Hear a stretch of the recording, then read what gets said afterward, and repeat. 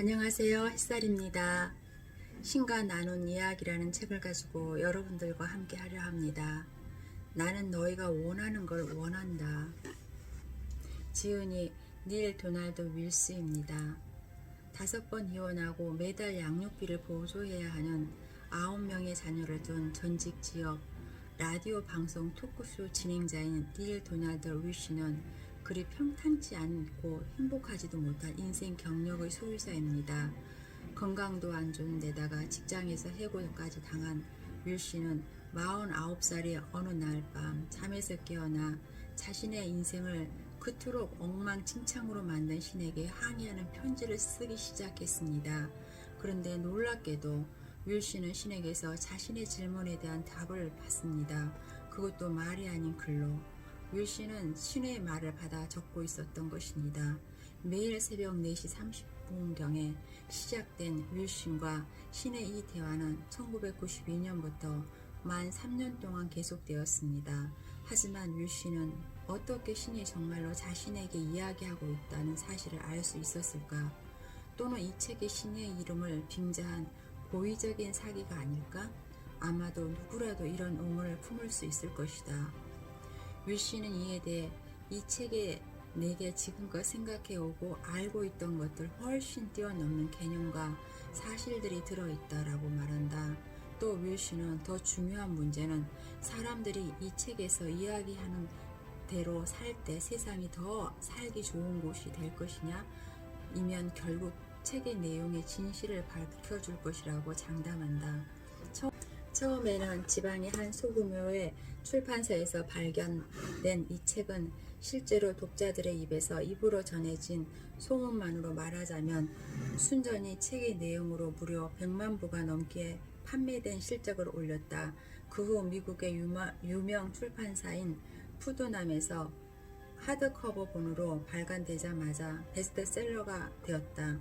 신과 나눈 이야기 시리즈는 현재 30개국이 넘는 나라에서 출간되고 있으며 대부분의 나라에서 영성 분야의 최고의 책으로 독자들에게 사랑받고 있다.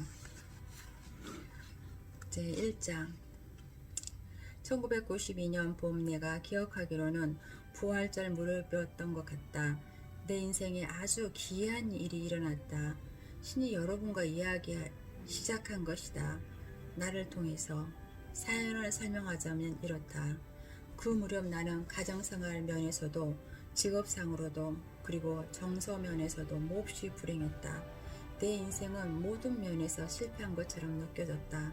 나는 오래전부터 내 생각을 편지 형식으로 적은 습관을 갖고 있었기에 그걸 붙인 적은 거의 없지만 이날도 친숙한 노란색 종이철을 집어 감정들을 쏟아내기 시작했다. 그런데 이번에는 이전과 달리 나를 괴롭히는 사람에게 편지를 쓸 게 아니라 내 모든 고통의 원천, 내 최대의 원흉과 직접 맞붙어 보기로 했다. 나는 신에게 편지를 쓰기로 마음먹었다. 그건 원망스러운 마음으로 마구 포보된 편지다. 혼란과 삐뚤어진 심사, 비난으로 가득한 편지였다. 또한 그것은 무더기의 분노, 어린 질문들이었다. 왜 내 인생은 순탄하게 굴러가지 않는 겁니까? 잘 굴러가게 하려면 대체 뭐가 필요하단 말입니까? 어째서 나는 다른 사람들과 행복하고 즐거운 관계를 가질 수 없는 것입니까?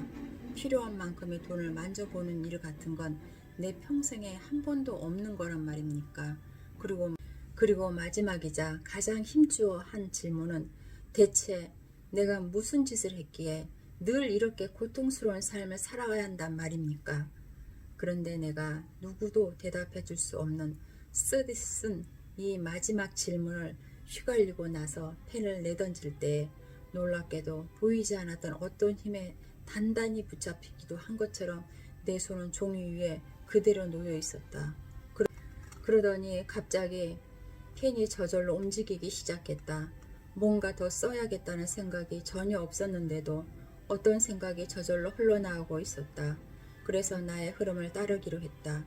그렇게 흘러나온 것은 너는 이 모든 질문에 대답받기를 참으로 원하느냐 아니면 그냥 푸념을 늘어놓고 있는 것이냐. 나는 놀라서 움츠렸다. 잠시 후 내 마음속에 한 가지 대답을 떠올랐다. 나는 그것으로 글로 적었다. 양쪽 다입니다. 나는 분명 푸념을 늘어놓고 있습니다. 하지만 이 질문들에 대한 답이 있다면 죽는 한이 있어도 꼭 듣고 싶습니다. 너는 온갖 것들에 대해서 죽는 한이 있어도 라는구나. 하지만 기왕이면 살아서 꼭 이라고 하는 게 더 멋지지 않느냐? 그래서 나는 물었다.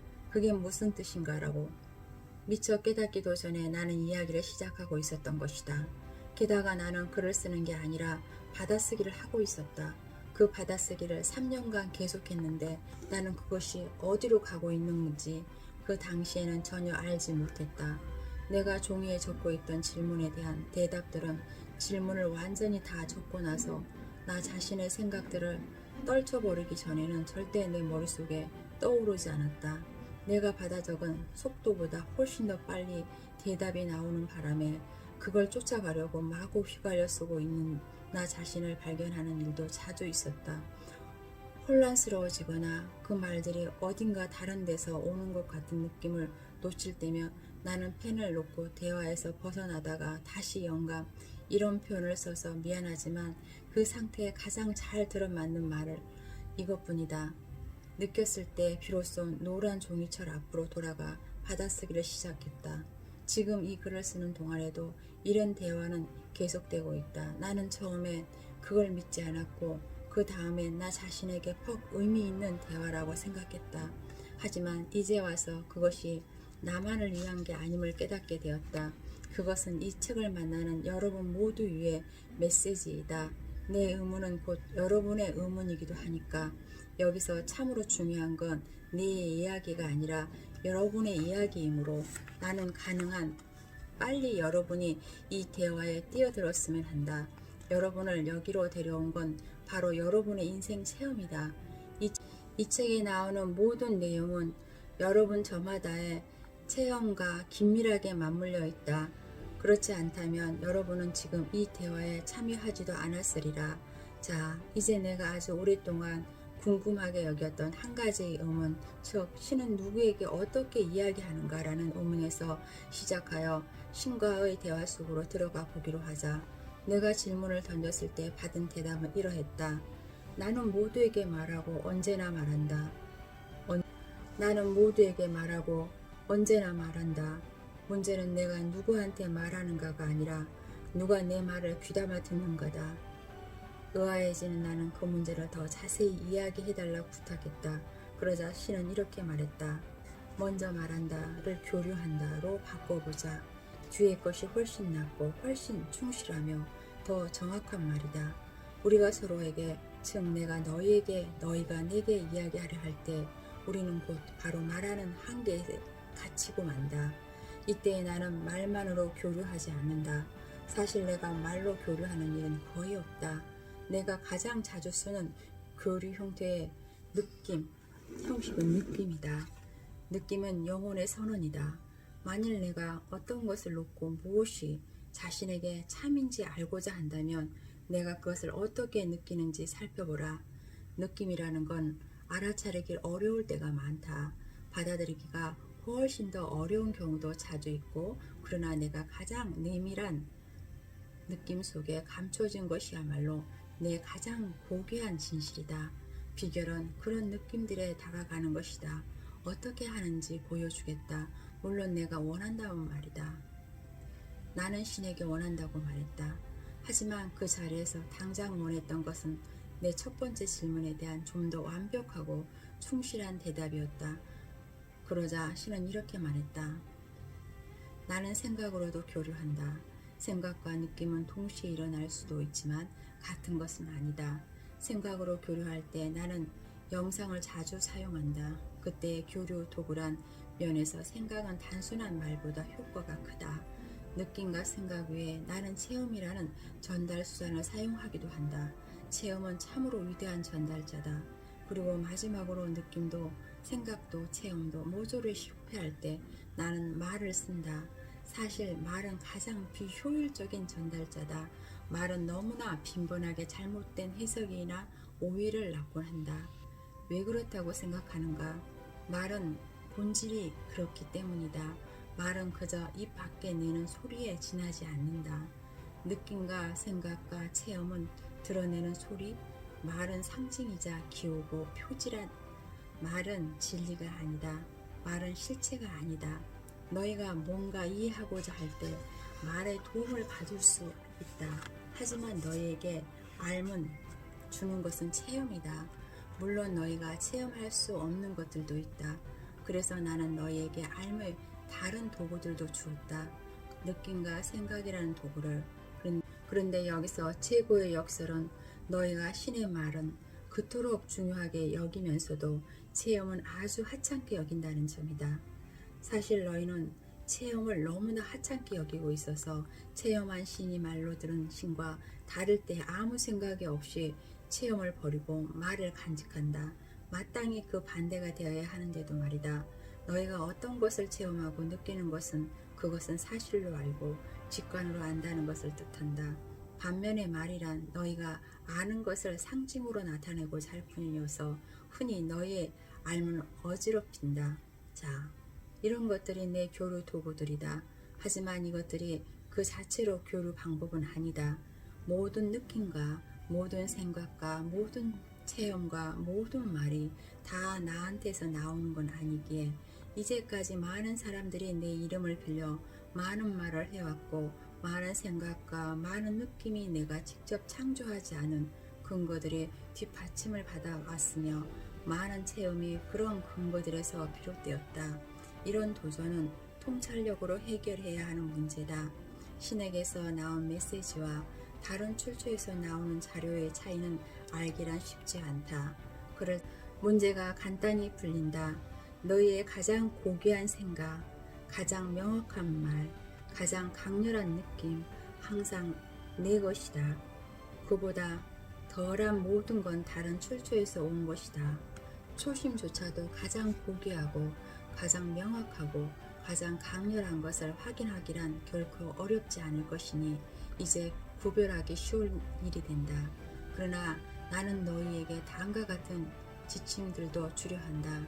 가장 고귀한 생각이란 외에 없이 기쁨이 담겨있는 생각이며 가장 명확한 말이란 진리를 담고 있는 말이며 가장 강렬한 느낌이란 너희가 사랑이라 부르는 바로 그 느낌이다. 기쁨과 진리와 사랑, 이 셋은 서로 뒤바뀔 수 있으며 하나는 언제나 다른 것들을 가르쳐준다. 그것들이 어떤 순서로 놓여 있는가는 하등 중요하지 않다. 이 지침들을 가지고 어떤 메시지가 내 것이고 어떤 것이 다른 출처에서 온 것인지 결정하고 나면 남은 단 하나의 문제는 내 메시지에 주의를 기울이는가 아닌가이다. 너희는 내 메시지 대부분을 그냥 흘려버린다. 어떤 메시지들은 너무 훌륭해서 진짜 같아 보이지 않고 또 어떤 메시지들은 너무 어려워 따를 수 없는 것 같다는 이유로 많은 메시지들은 단순히 잘못 이해되기 때문에 그리고 대다수 메시지는 받아들이지 않기 때문에 내가 메시지의 가장 강렬한 전달자의 체험이다. 하지만 너희는 체험조차 무시한다. 아니 너희는 특히 그것을 무시한다. 만일 너희가 자신들의 체험에 귀를 기울였더라도 너희 세상이 지금처럼 되지 않았을 것이다. 너희가 체험을 거듭거듭 되풀이해서 겪게 되는 것은 체험에 기울이지 않았기 때문이다. 하지만 내 목적은 방해하지 않을 것이고 내 의지는 무시당하지 않을 것이기에 너희는 늦든 빠르든 결국 그 메시지를 받아들이게 될 것이다. 그러나 나는 결코 너희에게 강요하지 않을 것이다. 나는 결코 너희를 지배하지 않는 것이다. 내가 너희에게 너희가 선택한 대로 할 수 있는 힘, 자유의지를 주었고 그것을 너희에게서 도로 빼앗을 일은 결코 없을 것이기에 앞으로도 영원히 그런 일은 없을 것이기에 그러므로 너희가 우주의 어느 구석에 있든 나는 몇만 년을 두고 같은 메시지들을 너희에게 전하고 또 전하고 또 전할 것이다.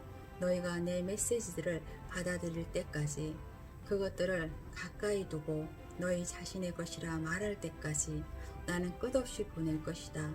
내 메시지들은 몇백만 년 전에 걸쳐 몇천 번의 순간에 몇백 가지 형태로 올 것이다. 너희가 진실로 귀 기울인다면 그것들을 놓칠 리 없을 것이며 한 번이라도 진실로 듣고 나면 그것들을 무시할 수 없을 것이다. 그리고 나면 우리의 교류는 가장 진지하게 시작될 것이다. 과거에 너희는 그저 나한테 이야기하거나 기도하거나 나를 중재하거나 내게 탄원하기만 했다. 그러나 한 번이라도 진실로 듣고 나면 그때부터 나는 너에게 답해 줄 수 있다. 또 지금 내가 하고 있는 것처럼 할 수 있다. 이런 교류가 신에서 왔다는 걸 제가 어떻게 알 수 있습니까? 이것이 내 멋대로 상상이 아니라는 걸 어떻게 알 수 있냐고요. 그게 어떻게 다르단 말이냐. 너는 내가 그 어떤 경우에도 그렇듯이 내 상상을 통해서도 얼마든지 쉽게 일할 수 있다는 걸 모르겠는가? 나는 아무 때든 한 가지 혹은 여러 가지 장치를 써서 그 순간의 목표에 정확히 들어맞는 그야말로 딱 부러진 생각이나 말, 느낌 따위를 내게 줄 것이다. 내가 이제까지 자신의 힘만으로 이렇게 명확하게 말한 적이 한 번도 없었으니 이 말들이 나한테서 왔음을 알 것이다.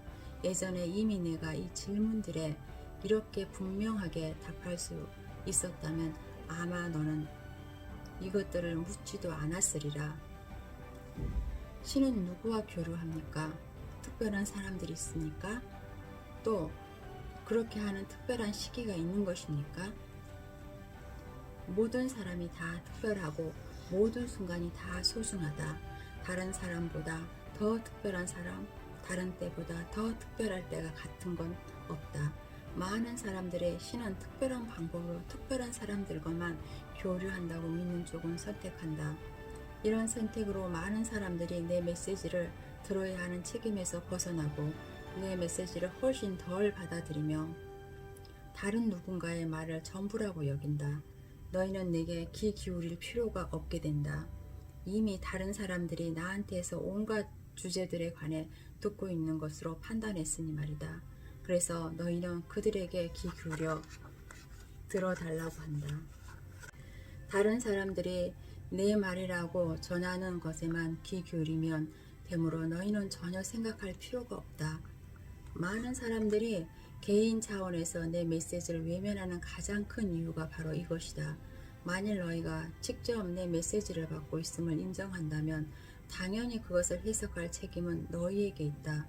지금 이 순간에 너희가 충분히 잘 받아들일 수도 있는 메시지를 해석하려고 애쓰기보다 너희는 타인들, 심지어 2000년 전에 살았던 사람들의 해석을 받아들이는 쪽이 훨씬 더 안전하고 훨씬 더 편하다고 여긴다. 하지만 나는 신과 교류하는 새로운 형식으로 너를 초대한다. 그것은 양방향의 교류다. 실제로 나를 초대한 건 너다. 왜냐하면 나는 내 부름에 대답했어. 지금 이 순간 이런 형식으로 내게 왔기에.